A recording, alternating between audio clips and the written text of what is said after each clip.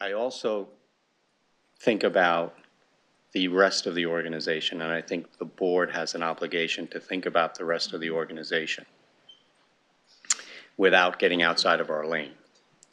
So what do I mean by that is there are probably 80%, roughly 80% of the employees in CalSTRS are not affected by this conversation directly, but indirectly they are. Because people are being compensated and rewarded. I think it's important that the message be sent to the CalSTRS rest of the employees that, speaking for myself, and I think my colleagues agree with us, that I'm not saying we're not, I don't have enough information, but we need to treat all of our employees as generously as we possibly can within a prudent and reasonable manner. I know collective bargaining comes into play. We don't want to get into that. But we believe that the employees should be rewarded and as reasonably as we possibly and financially responsible way. Most of the employees that work at CalSTRS are like some of us on this board.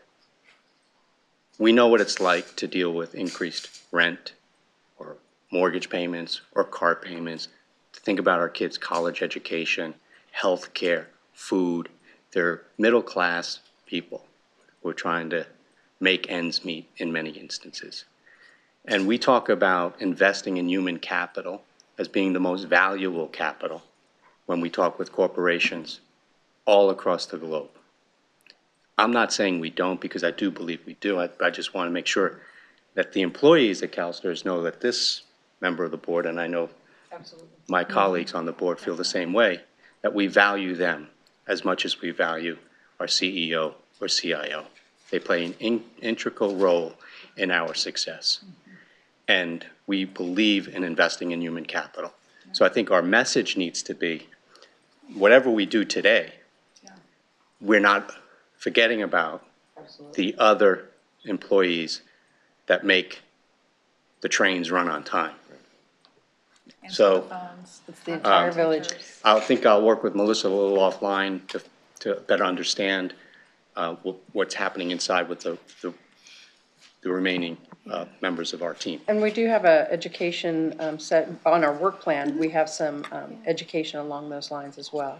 So take a look at that. If I could just add a little bit of information. So for efficiency of the board's time, I would just let the committee know that last year you delegated to the CEO the ability to adjust incentive weightings.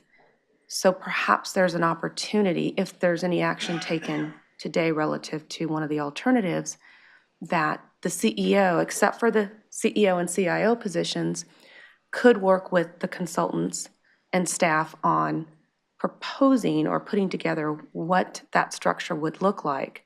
And again, it's delegated to the CEO, but if the committee wants some insight into what the finality of what that structure would look like, then definitely can work closely with the chair and vice chair. So I just put that out there as another Amy, option. and then Alan? Yes, I just wanted to echo what Melissa was saying, the point of clarity around the board having oversight over the CEO and CIO split, and then the delegated authority from the policy. So thank you, Melissa. Alan?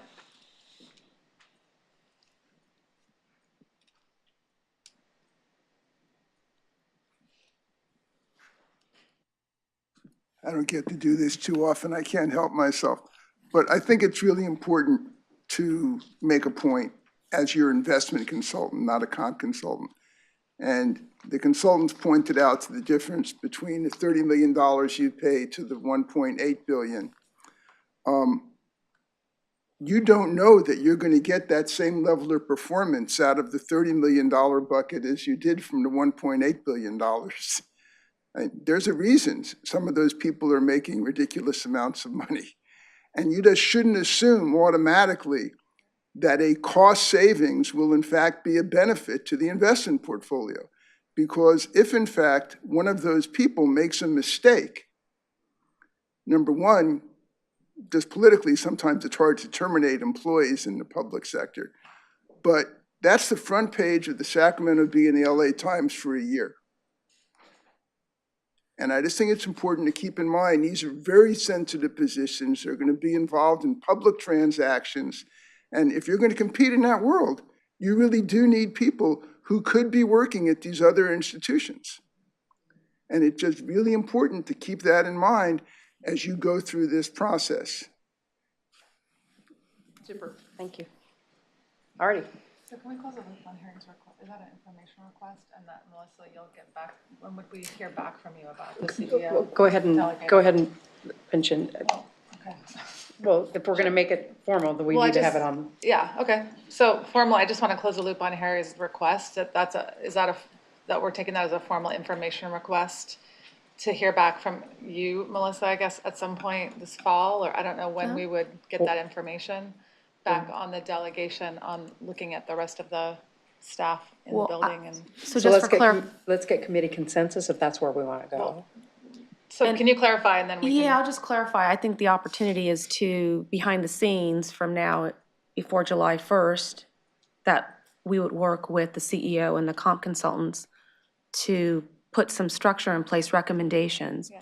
And again, the CEO has delegation to approve those, but because of the significant increases, I think the board might want some insight into what that looks like, and they, perhaps the CEO can work closely with the chair and vice chair to show what that looks like before it's actually adopted.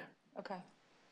And so the consensus of the committee, is that something that you would like to see happen? Yes. So I would say Alright. the board does want that to be. And more that would be for an effective date of July 1st, so that we could, for this year? Yeah. Okay, Yes, okay. thanks, Melissa. Again, depending on what action you We take decide here. to do. Super. Awesome. All right, Luis, back to you. Thank you.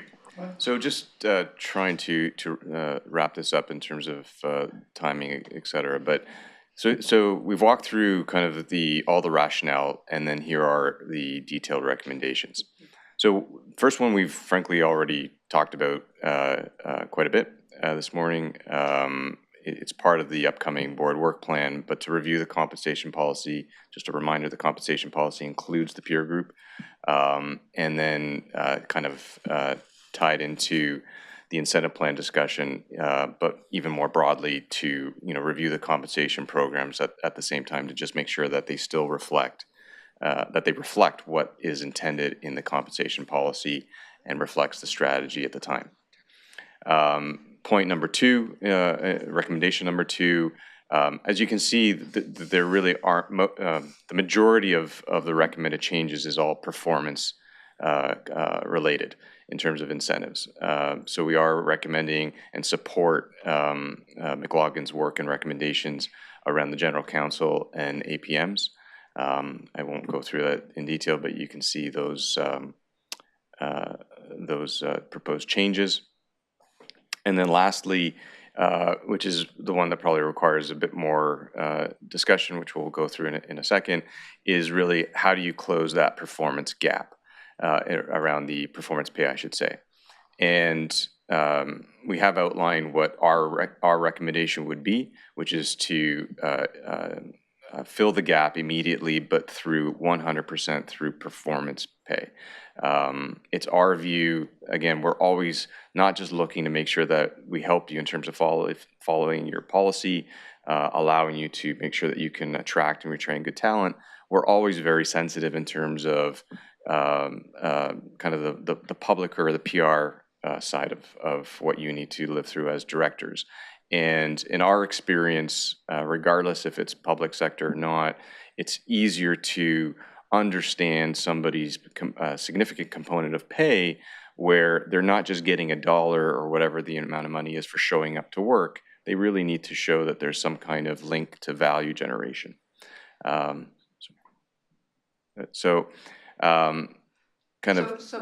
we go through the recommendation 3 and all the alternatives, Yeah. can we go back one slide? What I'd like to do is clarify number 1. And when we were talking about the full review of compensation policy and the comp program, that is we put off long-term incentives. In the conversation this committee has had, we've wanted to include that in this review. So coming up, it would not, we would also take a look at long-term incentives, which we had not done. We started to It was put on. put it on hold it was while put we're working on the hold. collaborative. And We'll as take a look part of at the it. review, you can kick me out of the room, but I will be bringing it back because I do feel that it can be misunderstood and it actually has significant benefits to stakeholders. So that definitely will be included for the information of the comp committee. And then I'd like to take action on number 2, and then we can take a look at the filling the gap and the 3 alternatives, and we'll have Luis go through those alternatives, all right? All righty. So HR's recommendation is that we, well, Melissa, I'll let you give us HR's recommendation. How about that? So if you take a look at comp committee page 4, you can see that HR's recommendation for the general counsel and the assistant portfolio manager. Yeah, so we put the min at 305 mainly to be in compliance with the comp policy of the last time in 2017. The committee desired that there would be a 5% salary adjustment restriction for movement. And so in order to transition the current general counsel into that new salary range would require that the minimum of that proposed salary range be dropped to 305. So Melissa, if we were to, what we need to do is decide whether we want it to become the mid-range and then limit it to 5% per year, or are you asking us only to do 5% for this year and it's still going to below midpoint? Well, it's already in policy come to that there's a salary adjustment limitation there. This is really the board deciding, are they going to adopt this newer salary range to be competitive to market? And if so, staff would recommend that you adopt the 308 to 455, what McLaughlin has recommended. But in the interim, until that incumbent is within that range, that you drop it to 305 to accommodate the 5% movement from his current salary. Which would mean that the next year it could go to 308. Yes. Yes, I just want to make sure Yeah. everybody's clear on that. Yeah. It's not like we have to do 2 motions, it's going to be the 1 motion, but that's where it'd be set because of the 5% limit. Correct. All righty. And then do you want to talk to us about the assistant portfolio manager too, please? Yeah, just that there's an 11% increase to the mid range. And so that really is in keeping in line with just the policy and competitive market of where that position salary is placed. And Michael, I don't know if you want to add anything more. No, I think the numbers speak for themselves, so it's your policy. You either adhere to it or you don't. The one thing I would add here, it's a little bit different because it is your entry-level management position. You do have investment officer 3s that will, effective July 1st, they're going to be getting a general salary increase, so there will be overlap if, depending on what action the board takes All right. on the adjustment. Do you want to, hang on a second, do you have a question? Go ahead. I just want to be clear, your recommendation is the second, the mid, so we're at the current, and you're recommending that the board move to the recommended chart. Correct. Okay. But on the general counsel, Yes. see where the minimum is Yes, yes. 308? It would Yes. be restricted to 5%, which would mean only 305 for next year. And then it would go to 308 the year after. Okay. So we only increase it 5% per year? Up Even to though it's a 5% per year. difference between the mid from current to recommended is 11%, we only move up 5%. Just on the general counsel. Just on the general Okay. counsel. Okay. All right. Sharon, do you want to? Yeah, so I Go ahead. Let's get this on the record. just All want to right. get about the record part. I would move up staff approval for the general counsel and associate portfolio manager changes. And it's been seconded, so it's been moved by Sharon and seconded by Nora. Is there any further discussion on these 2 positions? All in favor, say aye. Aye. All opposed, nay. Any abstentions? The motion is passed, so we've approved the movement for general counsel and associate portfolio managers. All right, Luis, we're coming back to you. Okay. So what we've tried to do here is, one, provide some alternatives to you, but at the same time also provide you our professional opinion on what we would proceed if we were in your seat. So we've outlined 3 alternatives. I won't go in huge detail on each one. The information is there on each one, but kind of walking on a macro level through each one on this page here.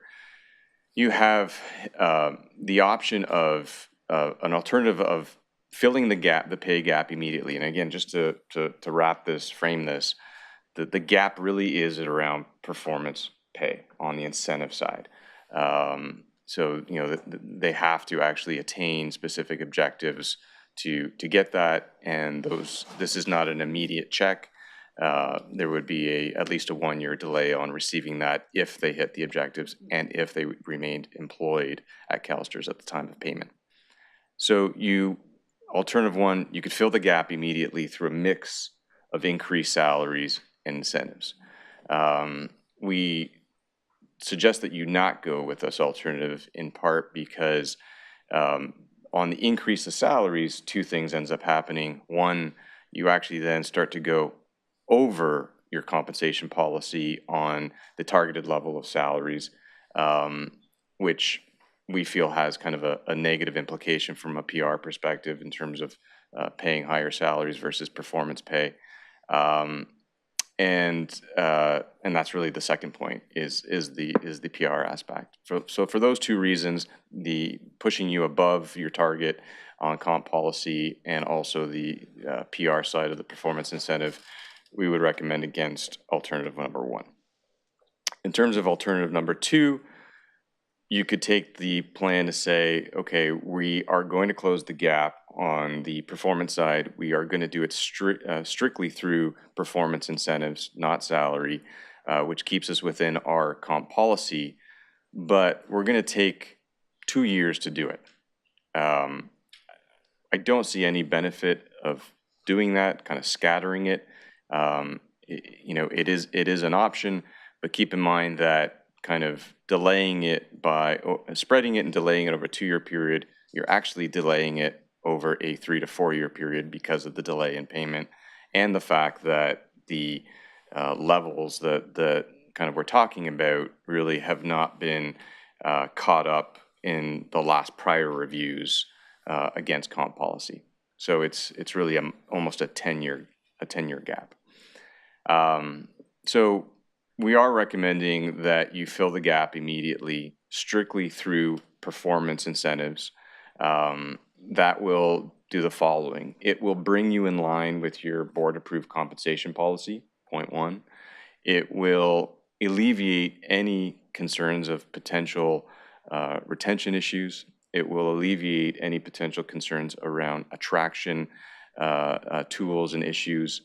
If, depending on where you decide to go with the collaborative model, it will give you all the tools necessary to be successful in at least recruiting. To Alan's point, it doesn't guarantee you success. Hiring an external manager doesn't guarantee you success either. Lastly, back to kind of trying to make sure that people understand the role that a board member has to go through in terms of communicating to stakeholders.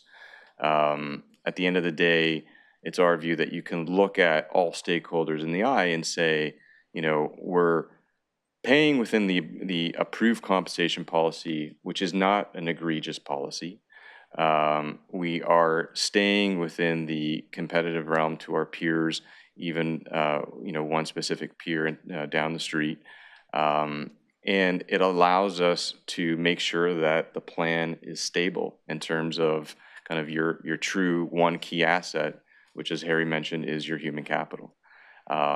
And then lastly, as you decide to go down the path of the collaborative investing model, it puts you in that position to say to stakeholders, we now are able to move in the direction where for the monies that we were spending on external fund managers, we can carve that out through bringing in internal fund resources and look at ways of delivering some of that delta back to our stakeholders.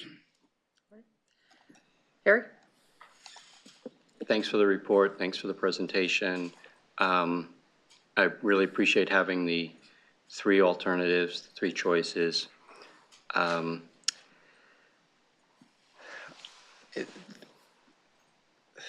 The recommendation number 3 seems like a really big bite of the cake for me. Seems like too much for me at this point. I'm just not comfortable, and I need to be true to myself. And I do like alternative number 2, and I'll explain why I like alternative number 2. We have experience of staggering in, as the recommendation shows, the pros of that are, which we did with the COO and the CFO. So we have an example of where we've done that. Also, in the pros of that, and as stated here, it gives the board more time to review the entire compensation program at CalSTRS before making large increases to annual incentive compensation opportunities. That feels right to me. At the same time, we're saying to our current team and potential employees of our belief in incentive compensation, that if you are here, this committee is willing to look at staying competitive, retaining talent, and you could potentially, they could wind up going there over a couple-year period of time. And it also sends a message, I think, to potential employees of a philosophy that is attractive to the type of people that we potentially could attract to work for CalSTRS, who that there are reasons people want to live in Sacramento or the region. And it's on the con side, the second bullet says, not closing the gap sooner may hurt CalSTRS in attracting and retaining high-performing talent. It may, and it may not. Right. In the short term.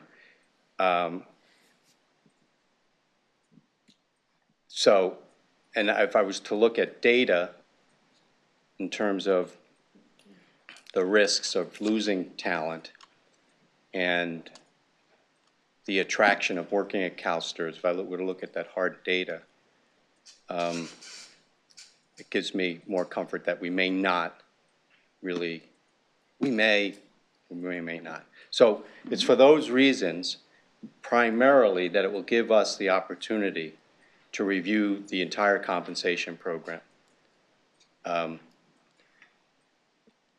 And over time, over a 2-year period, we could stagger into those, and what gives us the flexibility to make adjustments. If your incentives are going to go up, the hurdles might be adjusted as well.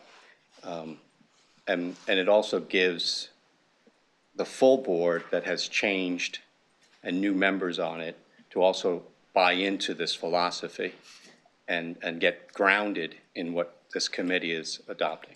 So it's for those reasons that I support recommendation number 2. Sir, I want to make sure that I'm clear when you say recommendation number 2. Alternative, yeah. But alternative 2 is fiscal year 2021, it goes to 150, 50, 50, or do you want to just adopt the first step? Like a whole different alternative? Because what it sounds like to me is what you want to do is take the effective date from 1920 and adopt those, and that's as far as you wanted to go. So I want to make sure, if you want alternative 2, that you understand that we go 2021, it jumps up to what alternative 3 is. Yeah, no, I was willing to go. Okay, no, I just want to make sure. Yeah, I was 'cause- willing to eat the whole piece of cake, but not in one bite, Got it. because then we That was a could, better way to put it. it gives us time to Thank talk you. about, Inflate half the football. There you go. it just gives us time to talk about the entire compensation Okay, plan. Essentially, our CEO's compensate, we're almost, goes from 80 to 150. And a lot of that is qualitative, and I want to get comfortable for that, and the CIO. I want to, some of those positions are the ones I really want to get comfortable with. And I think it gives us the time to do it. And we have examples of where we've No, staggered it in. that's, Yeah. I'm totally good. What I thought I heard you saying is you wanted to go with that first column because you wanted to explore it more as we went along. So I'm good. I'm Okay. totally good. I understand what you want now. Thank you. Sharon? And that's, so to clarify, the difference between alternative 2 and your recommendation, Louise, we get to the same place, it just takes 2 years instead of 1 year, right? So the Correct. alternative 2 takes 2 years, alternative One 3 is more 1 year. year. It's Is that, 12 I just wanted to make sure I was 12 more clear. year. Go ahead, Harry. And I think it's Hang on. There you go. important in that would be the message that is sent to the affected employees is that we may look at the qualitative, quantitative, the matrix that drives the ultimate calculations. So the message is the committee's moving in this direction. Incentive comp is going to be more competitive. It's going to get us into our policy over 2 years, get us aligned. But they may decide that they want to look a little bit closer at the quantitative and qualitative, the tool that we are using. So that might happen next year, or we may not change it. Set, So you're not suggesting a further delay, it's? no further okay, delay. okay. It's just the message to the affected employees. Okay. The other thing that, again, I said it a couple times just to remind the committee is this excludes LTIP values. It's very likely that as part of the work over the next 12 months that you're going to see a recommendation to include a value for LTIP. A recommendation to close that gap on the long-term incentive side. So I just want to. Is that a motion? The motion is to adopt alternative 2 as outlined on page 32 of the PowerPoint. And it's page 6 of the written materials. With the additional information around any statutory or legal notifications that have to be made to the employees. It's a nice problem to have is, your incentives they're gonna adjust the incentives to these levels. But you're also being made aware that they reserve the right during the next year to look at the tool that's used to calculate the incentives. Is that clear? I mean, is that? So I think there might be a hangup. Yeah. And so Jill and Melissa, I think that, I don't think we can, if we adopt alternative 2 for 1920, I don't think we can change the hurdles unless we do it by July for 1920. Right, exactly. Okay. Yeah, for So it's not 1920, like we're we're not just- changing yeah, what's okay. already in place, no. Yeah. This would Okay. be looking forward. Forward. We want to give the Through the work plan. appropriate Alrighty. notification. So we would keep the same hurdles that we have for this coming year. For the But take a incremental look at- alternative, you're So what we fine were with talking that. about earlier doesn't come back in July. It'll be taken part I'm of glad you're the, clarifying that, the work because plan. if it was the larger increase, what I heard was behind the scenes, look at the weightings, come back, but with the incremental, we would just apply it to the, unless we change Weightings. anything today when we go to the board meeting and take a look at it. Yeah. All right, okay. okay. So does everybody understand what we're voting on? Is there any further discussion? All in favor, say aye. Aye. All opposed, nay. Any abstentions? All righty, thank you. The motion passes. We've adopted alternative 2. Thank you, Alan, for staying. Ms. Allen? All righty. Moving on to the next item. That's the collaborative model compensation planning. We've talked a lot about it already, Melissa. How much more do you want to I talk? know. All right, so let's talk about it some more. So yesterday you heard from Scott Chan. He provided the investment committee with an update on the implementation of the CalSTRS collaborative model and the partnerships with the various business areas it will rely on to be successful. So I just want to recap. I'm sorry, hang on a second. Thank you, Mike. Thank you, Michael.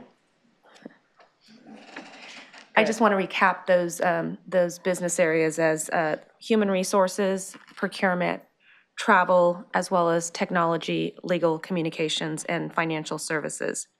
The item before you today provides the committee with information on the human resources effort and hopefully presents an alignment of compensation committee activities with the CalSTRS collaborative model implementation efforts.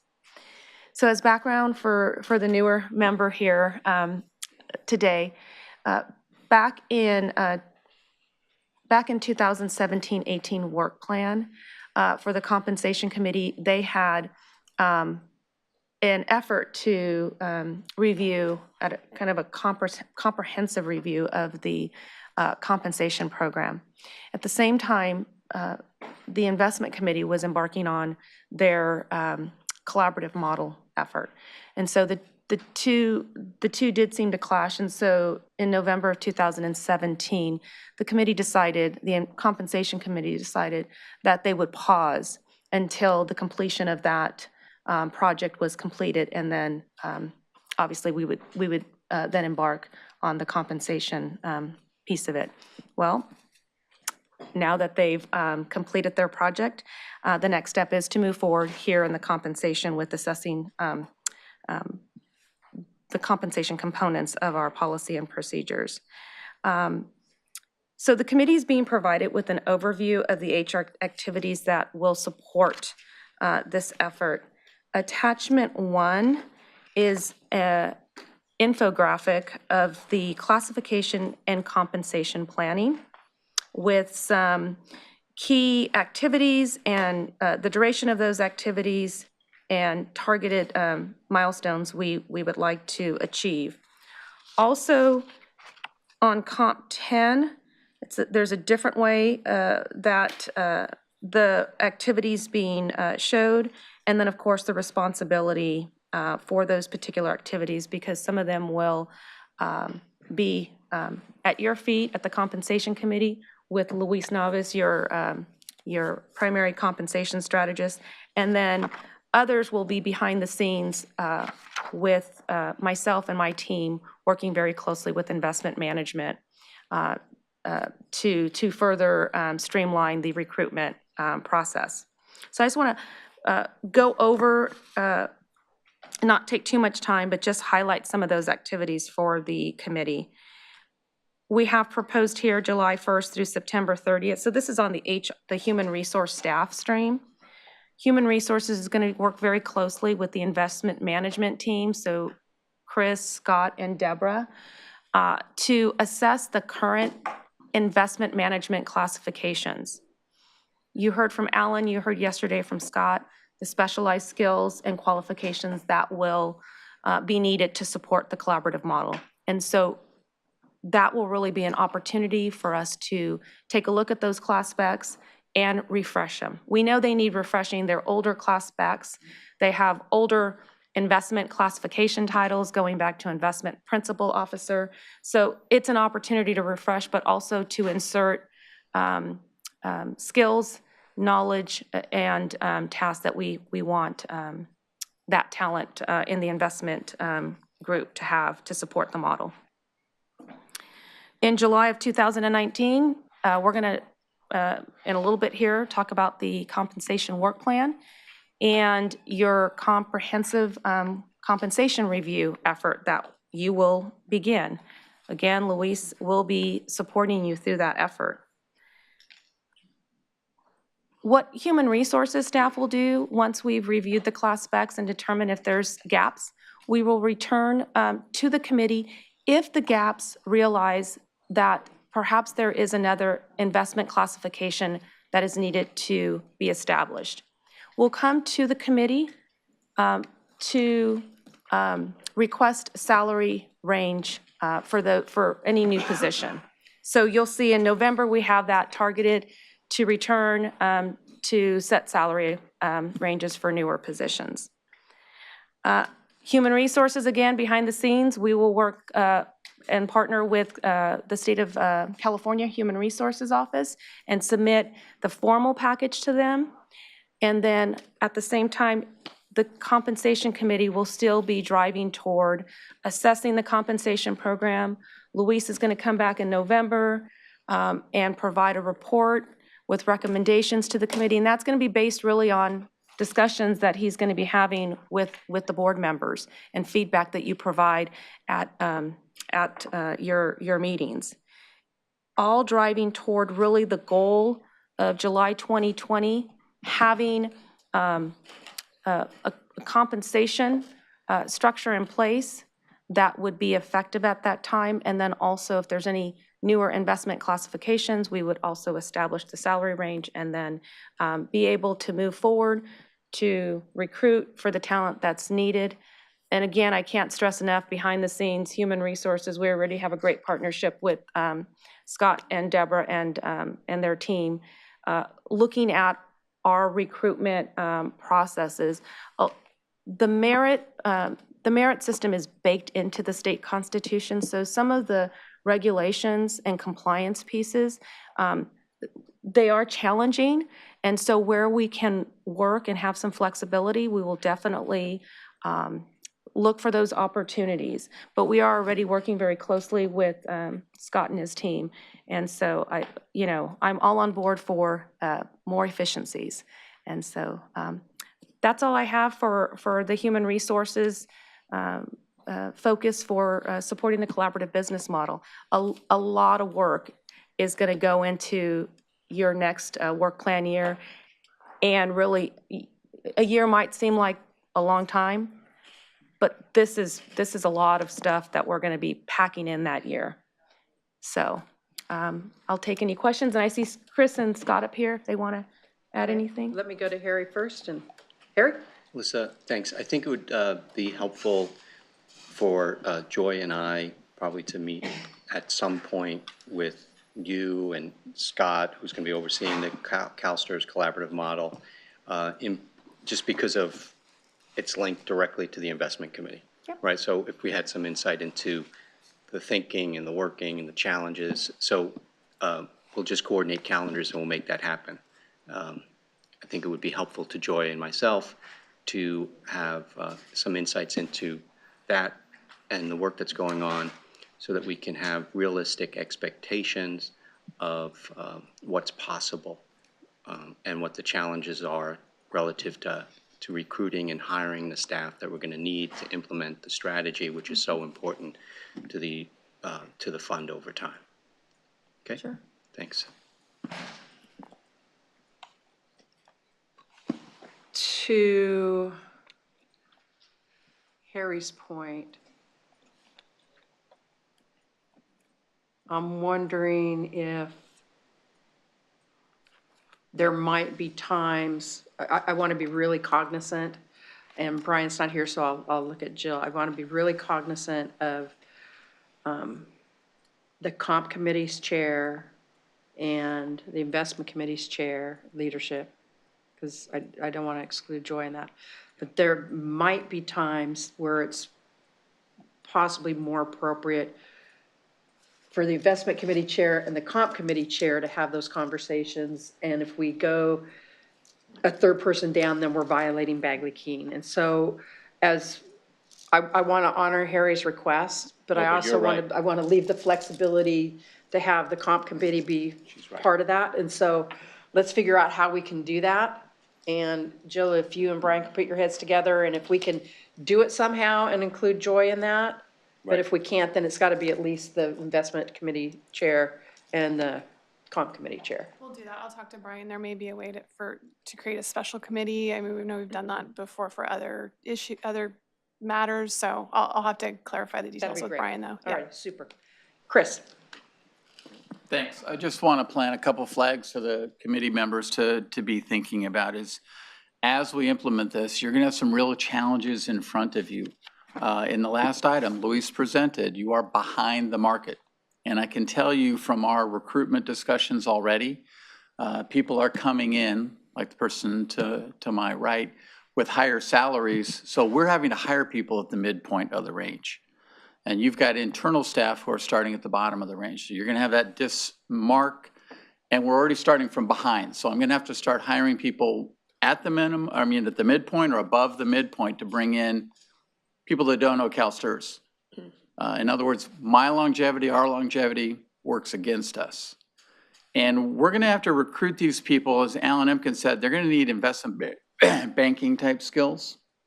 Not Goldman Sachs exactly, but outside skills, and we're going to have to recruit from a broader pool than we have before. So we're definitely going to have to, as you saw within your ranges, you're going to have to be pushed on some of those ranges, on some of those issues with LTIP, which I know, as painful as the last hour was for you guys, I'm just warning you, unfortunately, it's going to get worse. Because if we really want to compete in the market on the collaborative model, you're going to have to deal with that and make those hard decisions.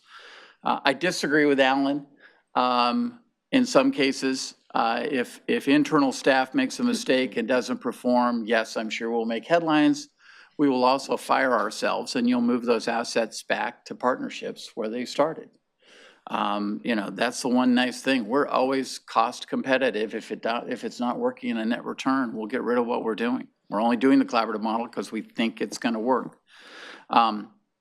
The other challenge you're going to have to consider is many of these people, we don't think those talent skills exist in Sacramento. And we're going to have to recruit from LA, San Francisco. I doubt we're going to pull people from New York unless there's another cyclone bomb in the winter. But we're going to really have to pull from those higher cost markets. So I know you discussed how Sacramento's a lower cost market. We're going to have to pull from higher cost markets and pay people in those kinds of cities. So Scott showed you the HR pillar is one of those foundational things we have to get right in the collaborative model. You don't want to hire junior talent to run the collaborative model. That's all I can really emphasize. You've got to pay up and have top tier talent.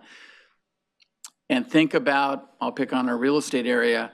You've got a lot of senior people in real estate. You need senior people to replace those. You don't have enough junior people to grow up inside the organization.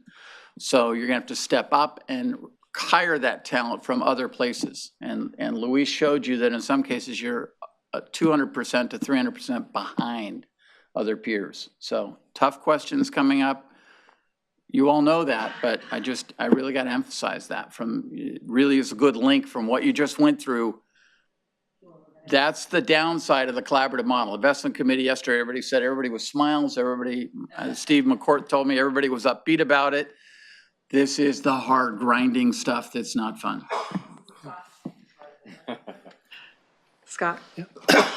Well, I want to just commend the comp committee to really consider strategy as the centerpiece, because I think that you start with your strategy, your vision, your plan, and your mission and what you want to accomplish, and then you work backwards into the comp, right? And I think we've talked about it in the past. One of the things that's unique, and I was quoting Song Lee, that time is our friend, right? We spent 30 years or more in this endeavor of internalizing assets. That's a meaningful track record of success. 30 basis points per year, roughly 600 million would be kind of the translated number.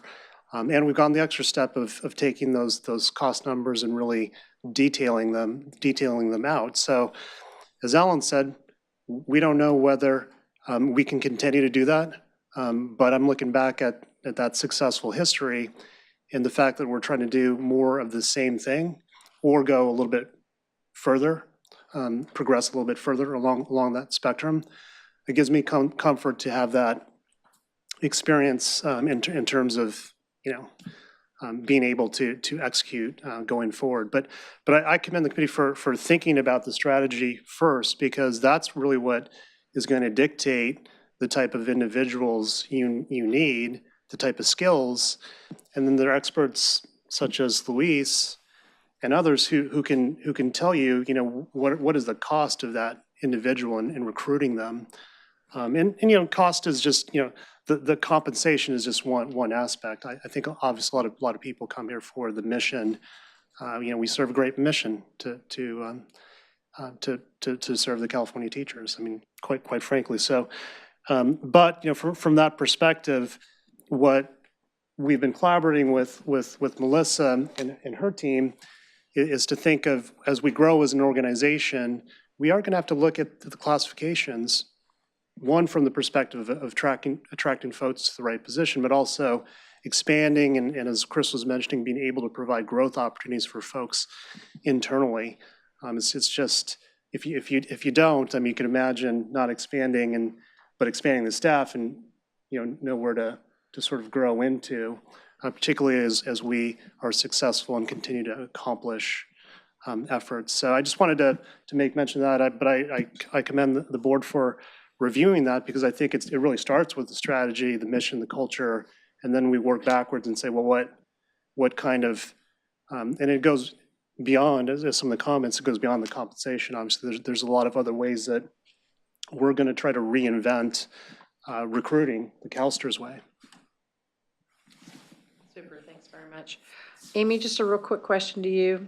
As we work through this, do you think there's a part for you to play in that? Is that something you think you might need to be included in as well? If it would be of value to. Okay. Absolutely. All righty, thank you. All righty. Melissa, anything else on this item? No, it's just it's an information item, so. So let's take a look at our update you. charter. That is next.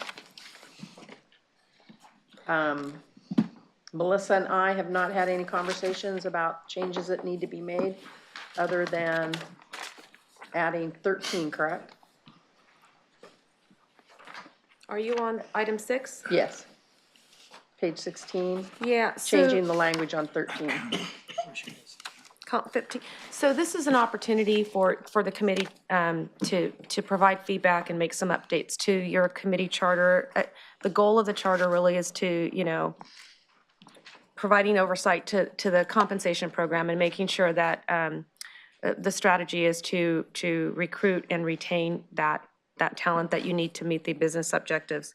So what staff is proposing are just 2 items, but again, open to hearing any other suggestions the committee has.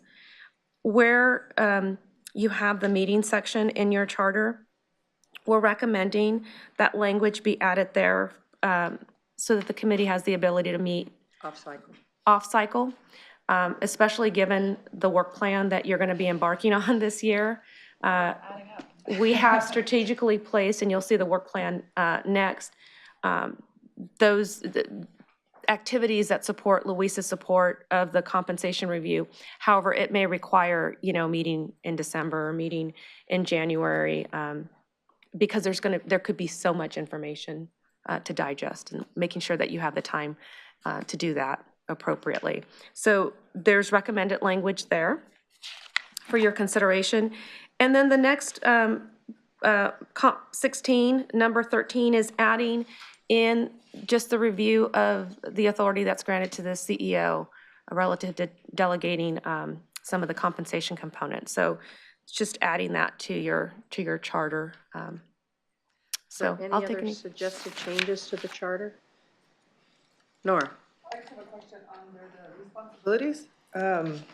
Where it says ensure that, under number 1, responsibility, ensure that the compensation program is properly designed to support organizational objectives and is competitive in the market. Is that necessary, or is that just assumed? I think there might be, Or is it a different, somewhere else? it might be number 4. I mean, it talks about the responsibility to make sure you're assessing at regular the labor market data. I think on number 1, it's great that you're highlighting that, because that's really going to support the effort that we're going to be embarking on beginning in July. Making sure that, the comp structure is aligned to collaborative business model objectives in your strategy. But I'm specifically... Melissa, let me ask you this. Yes. Is it more appropriate to have that in our charter, or to ensure that we have that in our policy? Number 1? To add the competitiveness That part. is in your policy. That's very specific, yeah.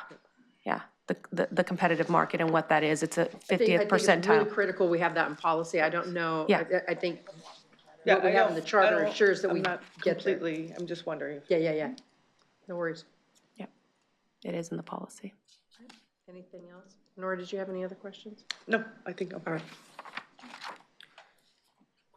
All right. So this would be an action item to approve the changes that we've put in the charter. Nora's moved, Sharon seconded. Is there any further discussion? All in favor, say aye. All opposed, nay. Any abstentions? That motion is passed. Then I feel weird because I keep looking at here because all my committee members are over here. It's like I feel like I'm ignoring you. I apologize. Alrighty. The committee work plan, we've talked an awful lot about that already. Do you want to highlight anything else?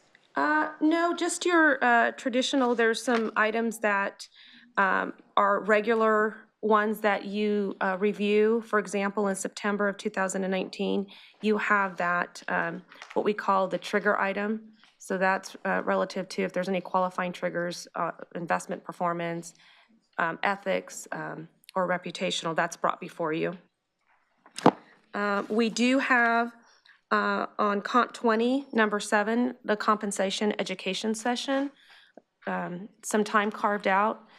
Harry specifically had requested to take a look at CalSTRS employees that aren't covered under the board salary setting authority and the compensation structure and the class structure for those employees.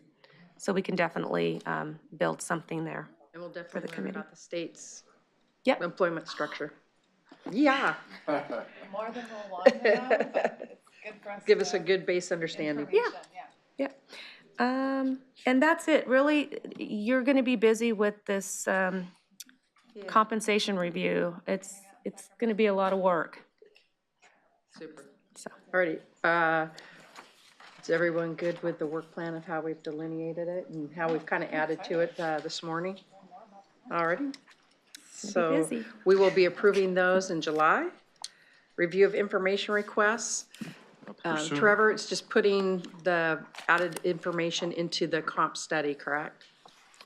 That's right. And Melissa, you have all that? So I think we'll stay on top of that. And Trevor, you'll make sure we will, I'm sure. Alrighty, let's take a look at our draft agenda for July.